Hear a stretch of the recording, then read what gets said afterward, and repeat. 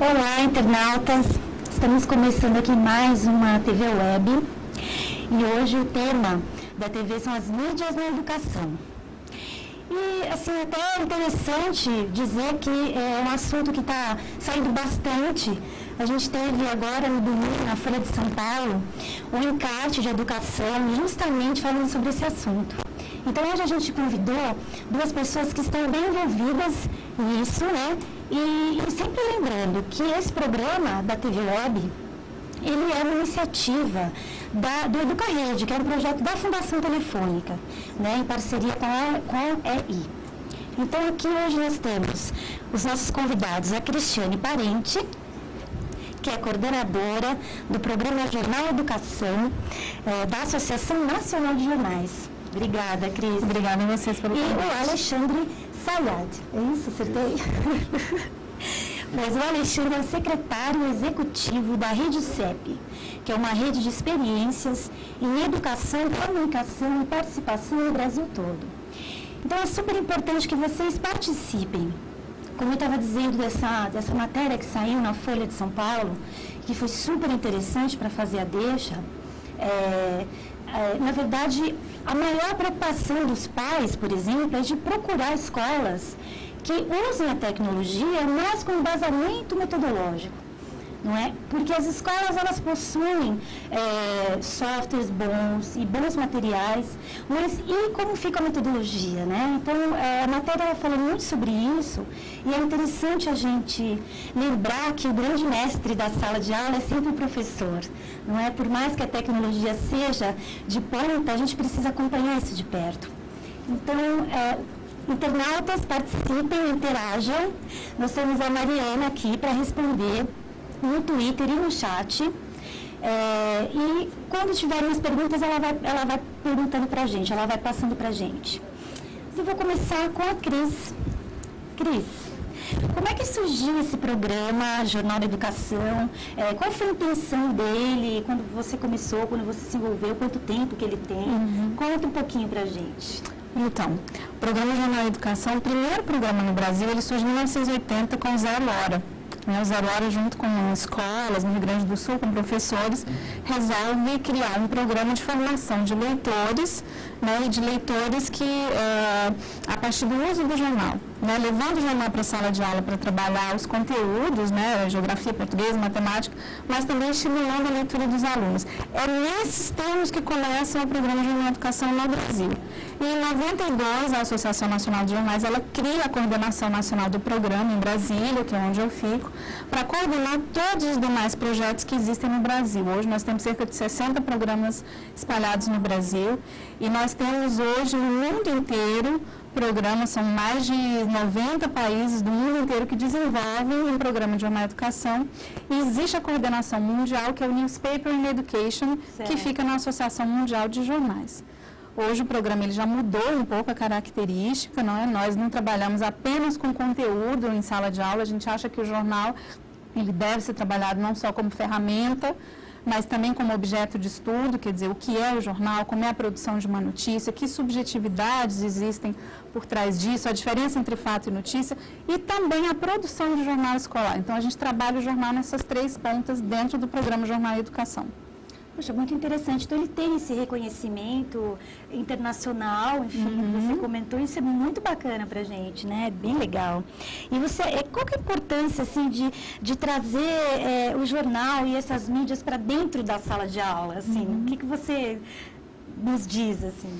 Na verdade, o programa, apesar de ser jornal e educação, a gente até trabalha com outras mídias também. E para nós é impossível que a escola ela continue a trabalhar sem as mídias, quando a gente sabe que o nosso conhecimento hoje, boa parte dele é mediatizado, né? Boa parte do que a gente conhece hoje, a gente conhece a partir do que a gente vê, ouve nas mídias, seja a internet, seja o jornal, seja a televisão ou rádio.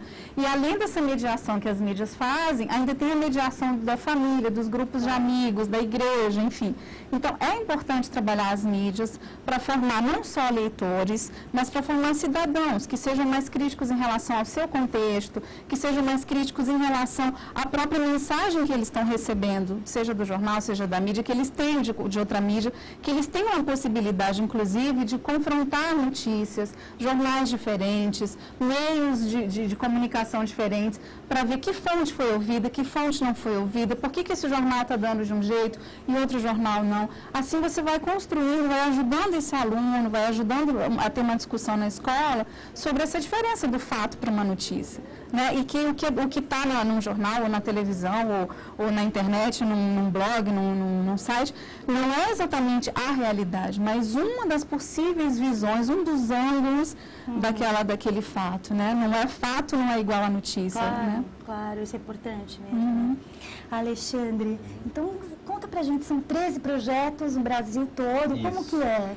Essa rede, que é a rede CEP, ela na verdade ela não executa na ponta os projetos, ela é uma rede de articulação política. Certo. Então ela nasceu de 13 projetos no Brasil, 12 deles ONGs e uma universidade, que de certa forma já realizava algum trabalho com educação e comunicação e participação, que a gente chama de participação social, com jovens de escola ou jovens de comunidade. Isso, cada uma tem o seu foco. E teve um trabalho do Unicef em 2003, que o Fernando Rossetti, né, o jornalista, fez um trabalho estudando como que as organizações estavam trabalhando a educomunicação ou a comunicação nas pontas.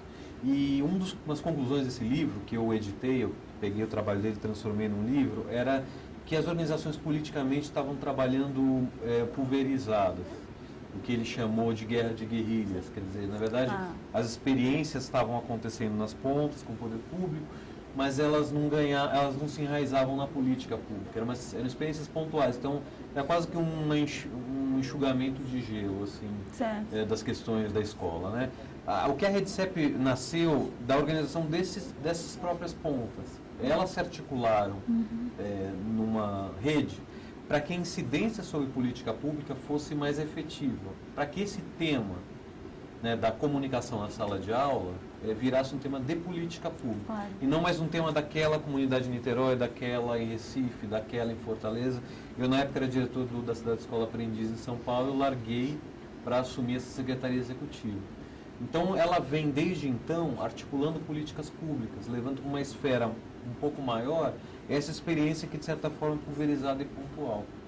Isso já tem quanto tempo, Alexandre? Olha, a gente começou efetivamente em 2006, tá? Então, a gente está com mais ou menos uns 4, 5 anos, que é um tempo curto, mas é muita coisa. Muita coisa. Um tempo onde esse tema, de certa forma, ganhou uma outra dimensão, assim, dentro da discussão da educação, eu acredito. Porque a discussão dentro do universo da comunicação, esse tema é mais palatável, né? Eu estava até conversando com a Cristiane antes. Eu acho que dentro do universo da educação, esse tema da comunicação se aproximando, ele é uma novidade, assim, em termos efetivos. Sem dúvida. Não em termos teóricos, exato, em termos efetivos. Exatamente. Em termos teóricos tem muito tempo. Exatamente. E assim, essa importância mesmo de trazer isso para um debate, até com esse foco de conversa, refletir sobre as políticas públicas, trazer isso para o cotidiano, né, das pessoas. Isso é uma coisa bem bacana, né? Ele muda o tempo inteiro. Tem um desafio nosso, que é meu também como educador, numa outra chapéu que eu tenho, que é falar de educomunicação como se fala de educação. Quer dizer, num ambiente como esse que a gente está de educadores, acho muito importante que a gente pode se aprofundar, pode usar jargões, pode entrar em teorias e tal, mas eu quero falar de comunicação com um taxista que me trouxe para cá. Eu acho que é um pouco disso que você está falando. Eu acho que esse tema tem que... E, na minha opinião, esse tema, aí só jogando um pouco de lenha na fogueira, esse tema ele está ligado à questão de existência da escola. Eu acho que é uma questão de deixar a escola significativa para o jovem. Mais do que simplesmente ter um programa, né, como todo mundo imagina que possa ser um programa, mas, no fundo, a contribuição desse programa para a escola é deixar a escola mais atraente para o estudante. A partir do momento que, quando ele trabalha com comunicação, a escola passa a jogar numa frequência semelhante à da vida dele. Exato. Né? Quando ele está no Facebook, no Twitter, ele está produzindo comunicação, ele está produzindo conteúdo. Se a escola abre um espaço para que ele faça aquilo com a retaguarda dela, com uma supervisão que não pode significar controle dela, né? Estão juntos, Estão né? juntos. Exato. Você recria, você puxa a escola de novo para uma rede de aprendizado que ela está meio de fora. O número de evasão representa, os dados de evasão representam um pouco que, me desculpem, assim, mas a escola está caindo para fora da rede educativa, né? Eu acho que está tendo um encontro novamente assim, entre a escola e a comunicação. Acho que no momento inicial houve, e é normal que fosse assim, que a escola, com o desenvolvimento das novas tecnologias e a comunicação, num primeiro momento, os educadores ficaram muito preocupados com essa invasão, digamos assim, da mídia na vida das pessoas. Então, houve um momento inicial de protecionismo, né? Vamos blindar a escola de tudo que possa vir de ruim da mídia, né? E num segundo momento, eu acho que isso está acontecendo, de certa forma, está tendo uma redescoberta da mídia, não só como ferramenta, mas como possibilidade de desenvolvimento, como possibilidade de dar voz, né, a esses alunos. Quantas rádios aqui em São Paulo, né, o pessoal do Núcleo de Comunicação e Educação da USP, tem o projeto Educom Rádio, quer dizer, são rádios nas escolas, são os alunos, né, organizando e dirigindo a sua própria rádio. No interior do Ceará, a gente tem a experiência da Escola de Comunicação da Meninada do Sertão, da Fundação Casa Grande, que são meninos que fazem fanzines, jornal, vídeo, têm a sua própria rádio. E não é uma questão de ensinar técnica. A técnica eles aprendem até só. Porque se você ensina só a técnica, ele só reproduz o que já existe aí.